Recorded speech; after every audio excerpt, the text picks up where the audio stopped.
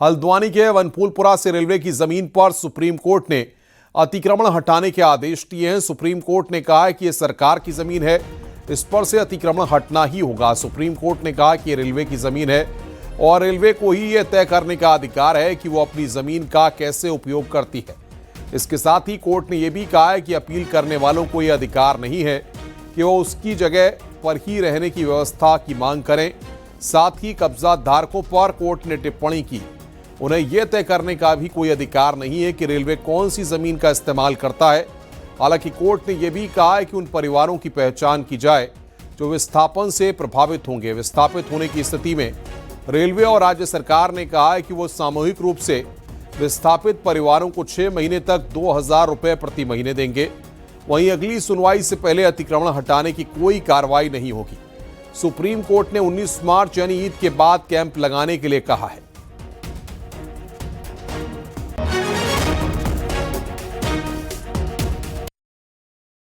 Court ने जैसे शुरू से ऑर्डर हो रहे हैं ये मैटर में कि इतने लोगों को एक साथ उजाड़ के फेंक देना, it is against public policy.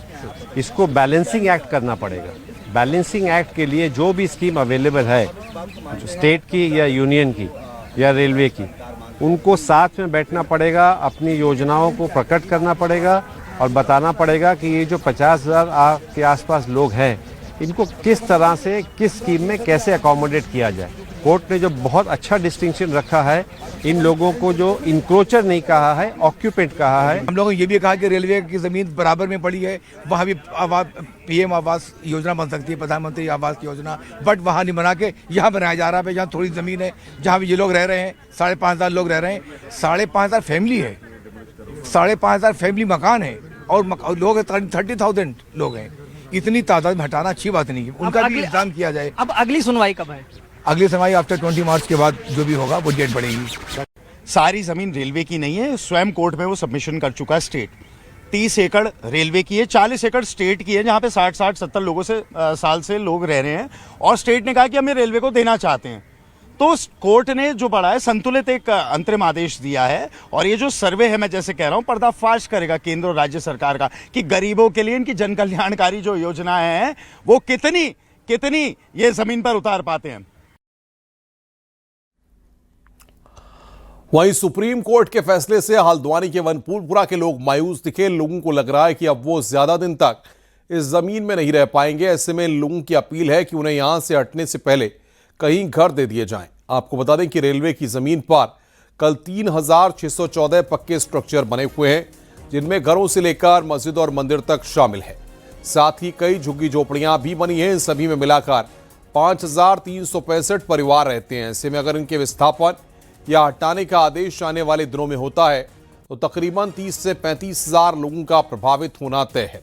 Supreme court ने 19 मार्च से अतिक्रमण वाले इलाके में रहे 5,365 परिवारों के सामाजिक और आर्थिक सर्वे का निर्देश दिया है। इसी के आधार पर तय होगा कि ये प्रधानमंत्री आवास योजना के तहत घर पाने के लिए योग्य हैं या नहीं। लेकिन इन सब के बीच वनफूलपुरा इलाके में प्रशासन ने सुरक्षा और चाक चौबंद की है। वो लोग परिवार है, गरीब परिवार है, सब कम से कम उनको सिर छुपाने के लिए जगह तो मिलनी चाहिए। कितने सालों से आप रह रहे हैं? कहाँ पर है आपकी जमीन? मेरी जमीन 17 नंबर में स्कूल के पास बब्बू जेलर के मेरियोल के पीछे है। ये हमारे प्रधानमंत्री के ऊपर है फैसला। जो नरेंद्र मोदी करेंगे वही हम करेंगे, जो सुप्रीम कोर्ट करेगी हम उस पर फैसले में अटल है। ये है, सब गरीब है यहाँ पर, वो जमीन की आस में बैठे हुए हैं। अगर जो यहाँ से हटा दिया जाएगा तो सरकार को खुद सोचना चाहिए। तो इन्हें हटाने के बाद तो ये कहाँ बसेंगे? जैसे कि देख सकते हो सब ये झोपड़पट्टी है, काली पट्टी हुई, तिरपाल लगी हुई है। जो अभी तक सूचना मिली है उसके अनुसार एक अंतरिम आदेश इसमें पारित हुआ है और हम लोग जैसे ही ऑर्डर की हमें कॉपी मिलती है उसके अनुसार जो भी उसमें निर्देश होंगे उसके पालन के लिए अग्रिम कार्रवाई करेंगे। बाकी चूंकि क्षेत्र की संवेदनशीलता और कानून व्यवस्था को देखते हुए निरंतर यहाँ पर अतिरिक्त पुलिस बल भी लगाया गया है, निगरानी रखी। उधम सिंह नगर जिले के रुद्रपुर स्थित प्राचीन अटारिया मंदिर परिसर में नमाज पढ़ने को लेकर विवाद का मामला सामने आया। घटना का एक वीडियो भी सामने आया। बताया जा रहा है कि मंदिर परिसर में निर्माण कार्य चल रहा है। यहां कार्यरत राजमिस्त्री शायद परिसर के भीतर नमाज अदा कर रहा था। आरोप है कि इसी दौरान मंदिर प्रबंधक अरविंद शर्मा ने उसे नमाज पढ़ने से मना करते हुए मारपीट की और गाली गलौज की। वहीं शाहिद भी मुस्लिम समुदाय के लोगों के साथ ट्रांजिट कैंप थाने पहुंचा और पुलिस को तहरीर देकर कार्रवाई की मांग की है। वहीं दूसरी ओर मंदिर प्रबंधक अरविंद शर्मा का कहना है कि संबंधित व्यक्ति को इससे पहले कई बार मना किया गया था, लेकिन वो मंदिर परिसर में लगातार नमाज पढ़ रहा था, जिसके बाद ये कदम उठाया गया। वहीं मामले की पुलिस जांच कर रही है।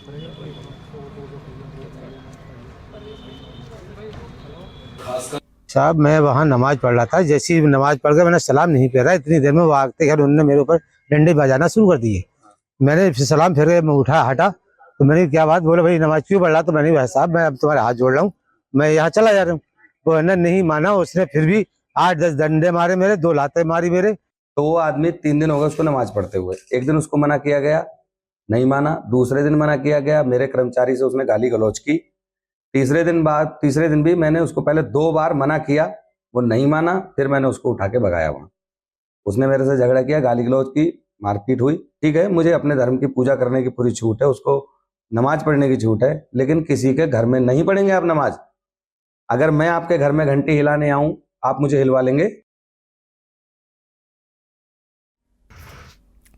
हरिद्वार से बड़ी खबर है। उत्तराखंड बोर्ड एग्जाम में 8 मुन्ना भाई पकड़े गए हैं, जो दूसरे छात्रों की जगह पर पेपर देने के लिए आए थे। स्कूल में हिंदी के एग्जाम में मुन्ना भाई पकड़े गए छात्रों में 4 लड़कियां भी शामिल हैं। सलेमपुर के राजकीय इंटर कॉलेज में सभी आरोपी पकड़ में आए।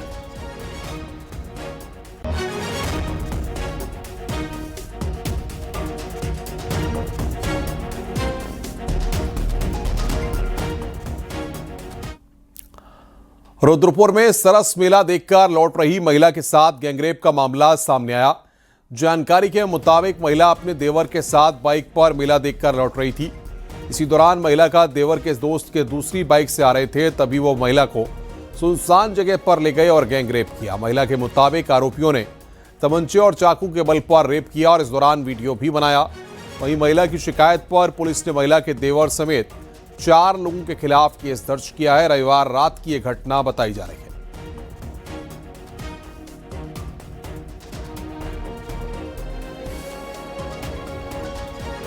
पीड़िता का देवर और पीड़िता मेला देख के लौट रहे थे, अपने घर जा रहे थे, और जिस दौरान जो पीड़िता का देवर है उसके दोस्त उनको रास्ते में मिलते हैं घर जाने के दौरान, और उनको एक अज्ञात जगह पर ले जाते हैं और उनके साथ दुष्कर्म करते हैं जबरदस्ती, जिसके आधार पर मुकदमा पंजीकृत किया गया है। निम्न मुकदमा किया गया है। पीड़िता का जो देवर है करण, और जो देवर का एक दोस्त जो नेम्ड है वो है राजा रस्तोगी, यहीं लोकल का निवासी है, और 2 अज्ञात लोगों के खिलाफ ये मुकदमा पंजीकृत किया गया है तुरंत। हरिद्वार में पुलिस ने सिडकुल थाना क्षेत्र में मोबाइल रिपेयरिंग की दुकान पर फर्जी आधार कार्ड और मार्कशीट बनाने वाले शख्स को गिरफ्तार किया है। पुलिस ने मौके से फर्जी आधार कार्ड, मार्कशीट और इलेक्ट्रॉनिक उपकरण बरामद किए हैं। आरोपी पुनीत बिजनौर जिले का रहने वाला है, जो रावली महदूद में मोबाइल रिपेयरिंग की आड़ में फर्जी आधार कार्ड का धंधा कर रहा था।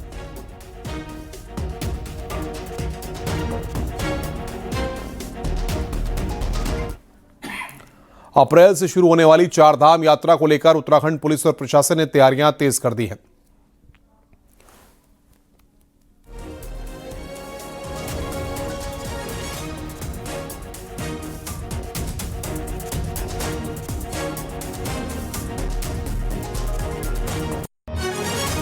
प्रमुख पड़ावों और संवेदनशील स्थानों पर अतिरिक्त पुलिस बल लगाया जाएगा। इस साल यात्रा मार्ग पर करीब 6000 से अधिक जवानों को तैनात किया जाएगा।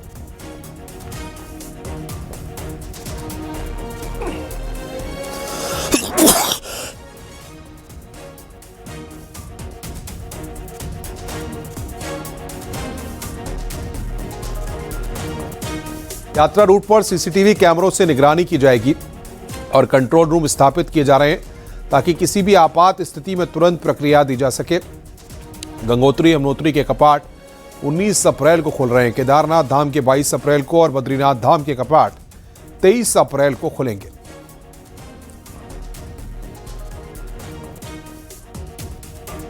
मेरे और कमिश्नर गढ़वाल के द्वारा यात्रा मार्ग का निरीक्षण किया गया पिछले हफ्ते। जहां जहां पे जो सड़कें खराब थीं उसको हमने नोट किया, उसको संबंधित विभाग को हमने उसको नोटिफाई कर दिया है। और विभाग ने PWD विभाग है, नेशनल हाईवे अथॉरिटी है या BRO की सड़कें हैं जो कि आपदा में जो खराब हुई थी उसको व्यवस्थित रूप से वो ठीक कर देंगे।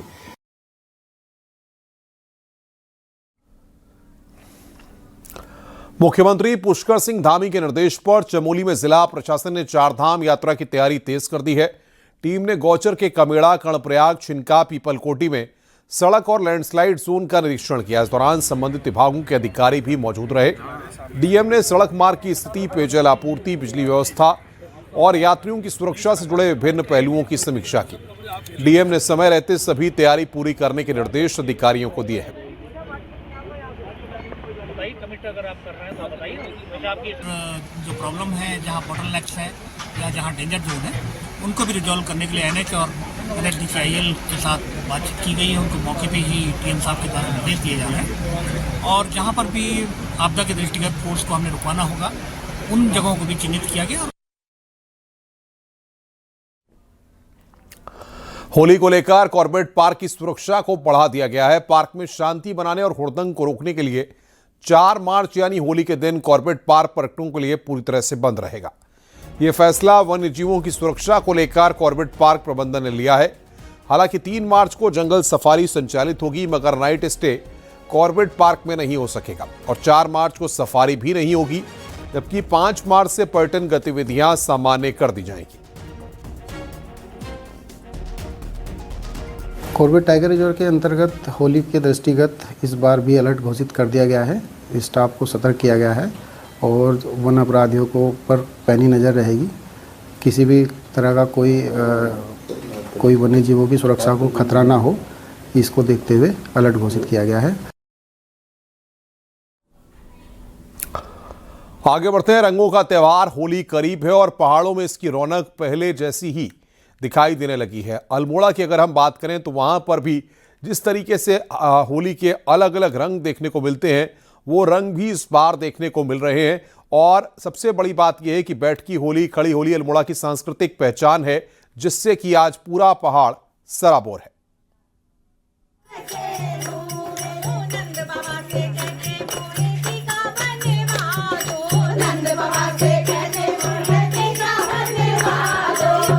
सांस्कृतिक नगरी अल्मोड़ा में त्योहारों का उत्सव हमेशा ही अलग होता है।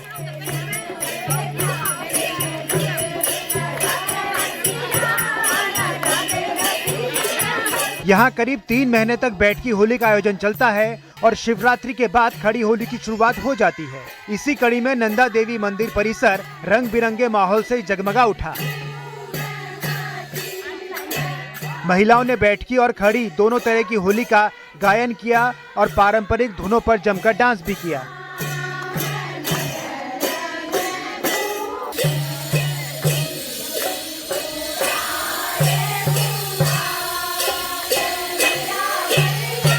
होली में शामिल महिलाएं भी इस आयोजन को लेकर बेहद उत्साहित दिखीं।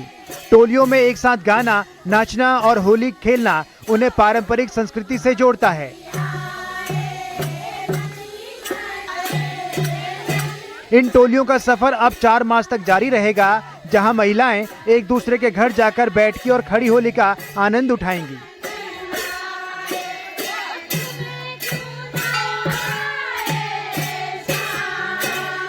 गली मोहल्ला और यहाँ तक कि ग्रामीण क्षेत्र की महिलाएं भी यहाँ पर के आकर के परस्पर अपने गिले सिक्कों को मिटा करके और एक दूसरे को अबीर का टीका लगा रही हैं और हंसी ठोली और नृत्य कर रही हैं, स्वांग कर रही हैं। पहाड़ में होली की रौनक देखते ही बनती है। रंगों से पहले ही यहाँ गीत, संगीत और नृत्य की बहार शुरू हो जाती है। युवा भी होली के मौके पर घर लौटकर इस अनोखी परंपरा का हिस्सा बनते हैं। न्यूज़ 18 के लिए अल्मोड़ा से किशन जोशी की रिपोर्ट।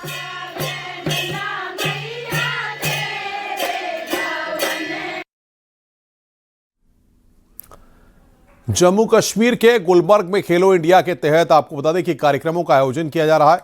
इसके तहत नेशनल विंटर गेम्स में गोल्ड मेडल और तमाम आयोजन यहां पर हो रहे हैं, जहां स्कीइंग माउंटेनियरिंग इवेंट में जोशीमठ के 2 खिलाड़ियों शार्दुल भट्ट और संगीता भट्ट ने गोल्ड मेडल जीतकर उत्तराखंड का नाम रोशन किया है।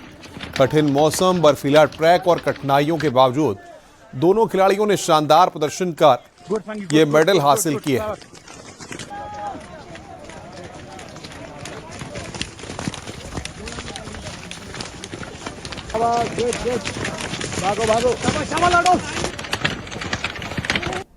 और आज मैंने इसकी माउंटेन रनिंग में ब्रॉन्ज मेडल हासिल किया है और मुझे इतनी खुशी हो रही है कि मैं बता नहीं सकती कि मुझे कितनी खुशी हो रही है बोल करके। और फर्स्ट टाइम था, बहुत अच्छा रहा मेरा। आज हमारा इसकी माउंटेनिंग में एक गोल्ड और एक सिल्वर मेडल आया है, जिसमें शार्दुल थपलियाल ने गोल्ड मेडल लिया है और संगीता भट्ट ने ब्रॉन्ज मेडल लिया है। काफी अच्छा महसूस हो रहा है कि हमारी उत्तराखंड टीम का मेडल आया है और उत्तराखंड टीम का नाम रोशन किया है। धन्यवाद।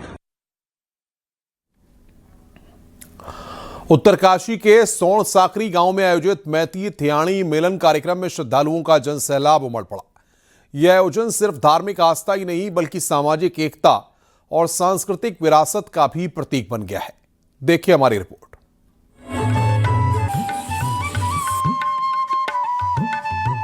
उत्तरकाशी के सोण सांकरी गांव में हर साल की तरह इस बार भी मैती ध्यानी मिलन कार्यक्रम और देवगोत मेले का भव्य आयोजन हुआ।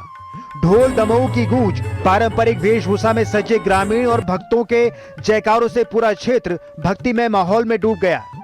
हमारी जो ससुराल जा रखी ध्यानियाँ हैं, उनका सम्मान का मेला था। हमारे मायके वालों द्वारा हमारे ध्यानियों का सम्मान हुआ है और हमारे अपने जो ये परंपरा है अपने कल्चर के लिए ये हमारा ऐतिहासिक मेला है। मैती ध्यानी मिलन की परंपरा ने इस आयोजन को और भी खास बना दिया, जहां बेटियों को सम्मान देने और उनके मायके से भावनात्मक जुड़ाव को सहेजने का अनूठा संदेश दिया गया। इस अवसर पर ग्रामीणों ने एकजुट होकर अपनी सांस्कृतिक धरोहर को आने वाली पीढ़ियों तक पहुंचाने का संकल्प भी लिया। श्रद्धालुओं ने भगवान सोमेश्वर महादेव से क्षेत्र की खुशहाली, शांति और समृद्धि की कामना करते हुए पूजा अर्चना की। ध्यानी मैती मिलन कार्यक्रम बहुत ही अच्छा कार्यक्रम रहा है। इस कार्यक्रम से हमारी जो पारंपरिक रीति रिवाज है, पारंपरिक पहनाव की जो संस्कृति है, ये वापस लौटी है और ये ऐतिहासिक क्षण था हमारे इस गांव के लिए कि इस प्रकार का कार्यक्रम इस गांव में हो। सोण साकरी में आयोजित देवगोत मेला और मैती ध्यानी मिलन कार्यक्रम ने एक बार फिर से ये साबित कर दिया कि उत्तराखंड की परंपराएं आज भी उतनी ही जीवंत हैं जितनी सदियों पहले थी। ये आयोजन सिर्फ आस्था का नहीं बल्कि सामाजिक एकता और सांस्कृतिक समृद्धि का भी संदेश देता है। न्यूज़ 18 के लिए उत्तरकाशी से बलबीर परमार की रिपोर्ट।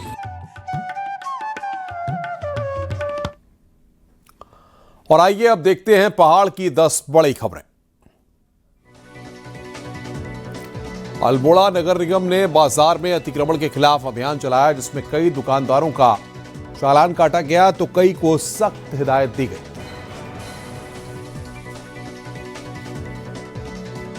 शिक्षा निदेशक के साथ मारपीट पर पिथौरागढ़ में कर्मचारियों ने बीजेपी विधायक उमेश काऊ का पुतला फूंककर अपने गुस्से का इजहार किया। नई दिल्ली में एआई समिट में प्रदर्शन मामले में यूथ कांग्रेस के राष्ट्रीय अध्यक्ष उदय भानु को गिरफ्तार करने का कांग्रेस कार्यकर्ताओं ने विरोध जताया है।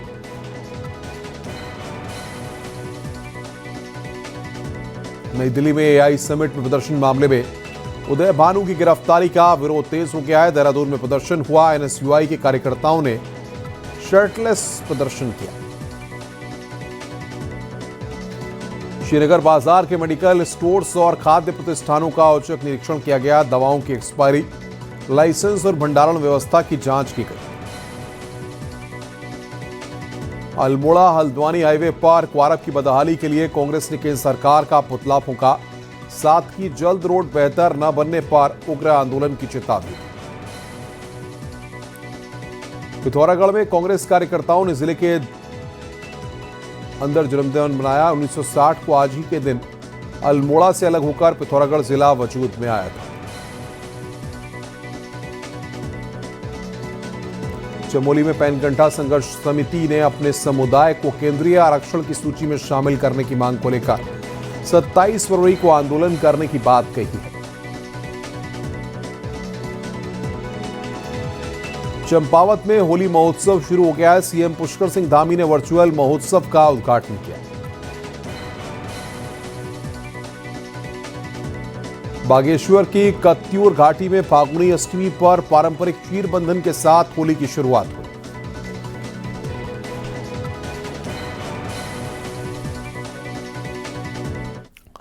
उत्तराखंड के लिए आज का दिन खास है। आज ही के दिन 1960 में 3 नए जिले पिथौरागढ़, उत्तरकाशी और चमोली अस्तित्व में आए थे। 66 साल के सफर में बॉर्डर के इन जिलों में बेहतरीन सुरक्षा तंत्र तो खड़ा हुआ, लेकिन अभी भी बहुत काम होना बाकी है। यह रिपोर्ट देखिए।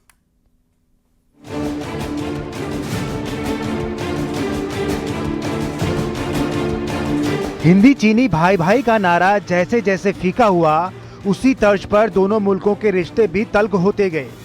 नतीजा ये रहा कि चीन की विस्तारवादी नीति भारत के लिए खतरे का सबब बन गई। ड्रैगन की भारत विरोधी नीतियों को देखते हुए 24 फरवरी 1960 को चीन से सटे पिथौरागढ़, उत्तरकाशी और चमोली को अलग जिलों का दर्जा मिला। यही नहीं, इन जिलों को मिलाकर ही उत्तराखंड की पहली कमिश्नरी भी बनाई थी, जिसके मुखिया यूपी के मुख्य सचिव हुआ करते थे। अंतिम गांव के अंदर उत्तरकाशी के, चमोली के और पिथौरागढ़ के सभी में रोड कनेक्टिविटी है, मोबाइल कनेक्टिविटी है, हेल्थ की बहुत अच्छी सुविधाएं हैं और हमारे बॉर्डर्स फोर्स के भी वहां पर सुविधाएं हैं, चाहे वो बीएसएफ है, एसएसपी है या हमारा आर्मी है। बॉर्डर के तीनों जिलों में सुरक्षा तंत्र बीते सालों में मजबूत हुआ है। सेना हो या आईटीबीपी या फिर एसएसबी, चीन और नेपाल बॉर्डर पर चप्पे चप्पे पर तैनात है। यही नहीं, चाइना बॉर्डर तक रोड कनेक्ट भी हो गई है। पिथौरागढ़ का लिपुलेख और चमोली का नीति माणा पहले ही रोड से जुड़ गया है, जबकि उत्तरकाशी के मंडी सुमाला और पिथौरागढ़ के मिलम में काम जोरों पर हैं। बॉर्डर के इलाकों तक रोड पहुंचाने पर पर्यटन की भी अपार संभावनाएं नजर आ रही हैं। वहीं पिथौरागढ़ लंबे इंतजार के बाद हवाई सेवा से जुड़ा है। बावजूद इसके अभी भी इन बॉर्डर जिलों में काफी कुछ किया जाना है। आज भी हम मूलभूत समस्याओं से ग्रसित हैं। हमारे यहाँ आज भी कनेक्टिविटी उतनी अच्छी जो होनी चाहिए थी इन 66 वर्षों में वो नहीं हो पाई है और स्वास्थ्य सुविधाएं सब अधर पे हैं। हमारे सब हॉस्पिटल जितने हैं रिफर सेंटर बने हुए हैं। जरूरी सुविधाओं के अभाव में बॉर्डर के इन जिलों में पलायन भी तेज हुआ है, जिसे देखते हुए वाइब्रेंट विलेज प्रोग्राम भी शुरू किया गया।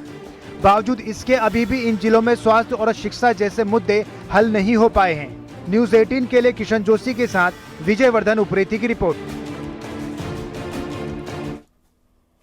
रुक रहे हैं यहां पर ब्रेक के लिए। खबरों का सिलसिला लगातार जारी है।